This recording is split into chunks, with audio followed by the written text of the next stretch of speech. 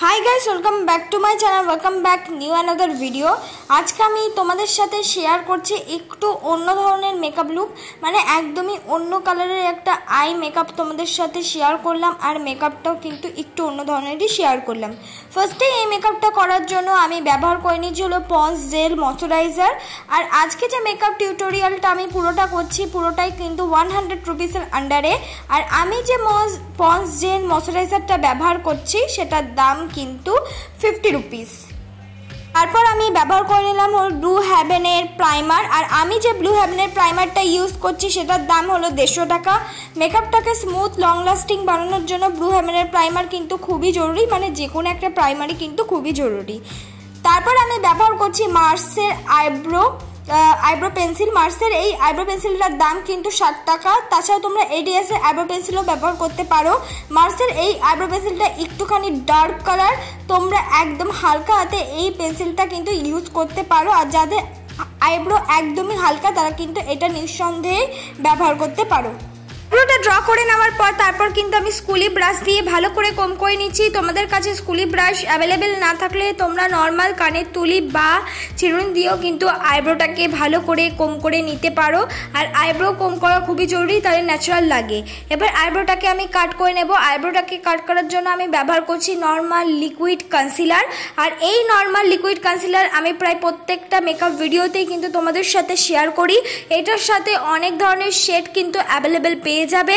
আর এটা কিন্তু অফলাইনে ভালো পাওয়া যায়, অনলাইনে কিন্তু সেরকম আমি খেয়াল করিনি। তোমরা অফলাইনে যে কোনো কসমেটিকের দোকানে কিন্তু এই নর্মাল লিকুইড কনসিলারগুলো অ্যাভেলেবেল পেয়ে যাবে। আর বিভিন্ন ধরনের শেডও কিন্তু অ্যাভেলেবেল পেয়ে যাবে। আর 100 রুপিসের আন্ডারের মধ্যেও কিন্তু অ্যাভেলেবেল পেয়ে যাবে।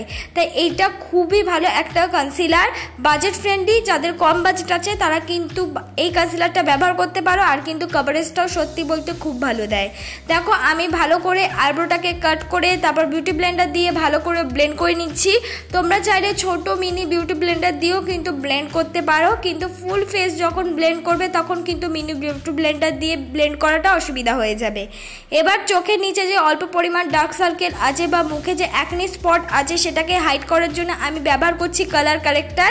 ইনসাইটের কালার কারেক্টার ইউজ করলাম। তোমরা চাইলে যে কোনো লিপস্টিক অরেঞ্জ কালার ইউজ করতে পারো। আর যদি তোমাদের রেড স্পট থাকে তাহলে কিন্তু গ্রিন কালার লিপস্টিক ইউজ করতে পারো।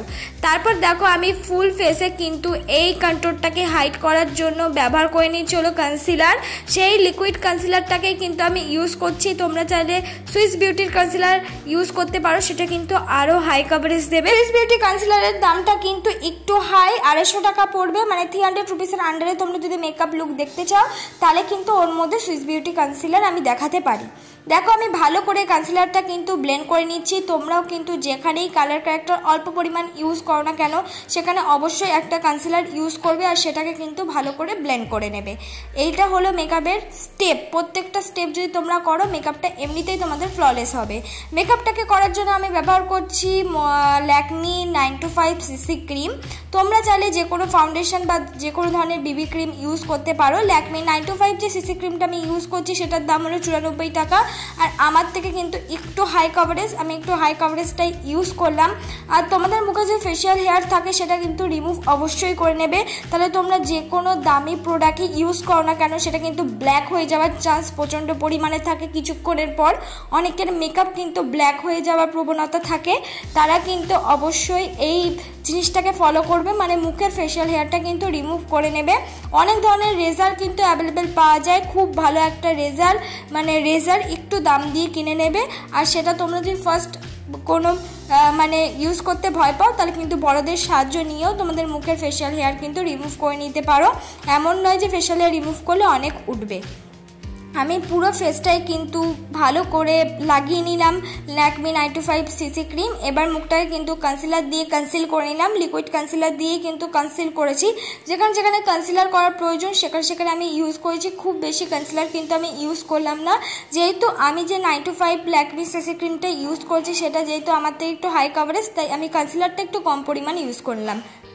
তারপর আমি মেকআপটাকে সেট করার জন্য ব্যবহার করছি হোয়াইট টোন ফেস পাউডার। তোমরা চাইলে যে কোনো কম্প্যাক্ট পাউডার ইউজ করতে পারো। ব্রাউন রঙের শেড নিয়ে আমি কন্ট্রোল করে নিচ্ছি, আর নাকটাও কিন্তু একটা ব্রাউন রঙের শেড নিয়ে কন্ট্রোল করে নিচ্ছি। আর ব্রাউন কালারটা আমি নিয়েছি মার্সের আইশ্যাডো প্যালেট থেকে।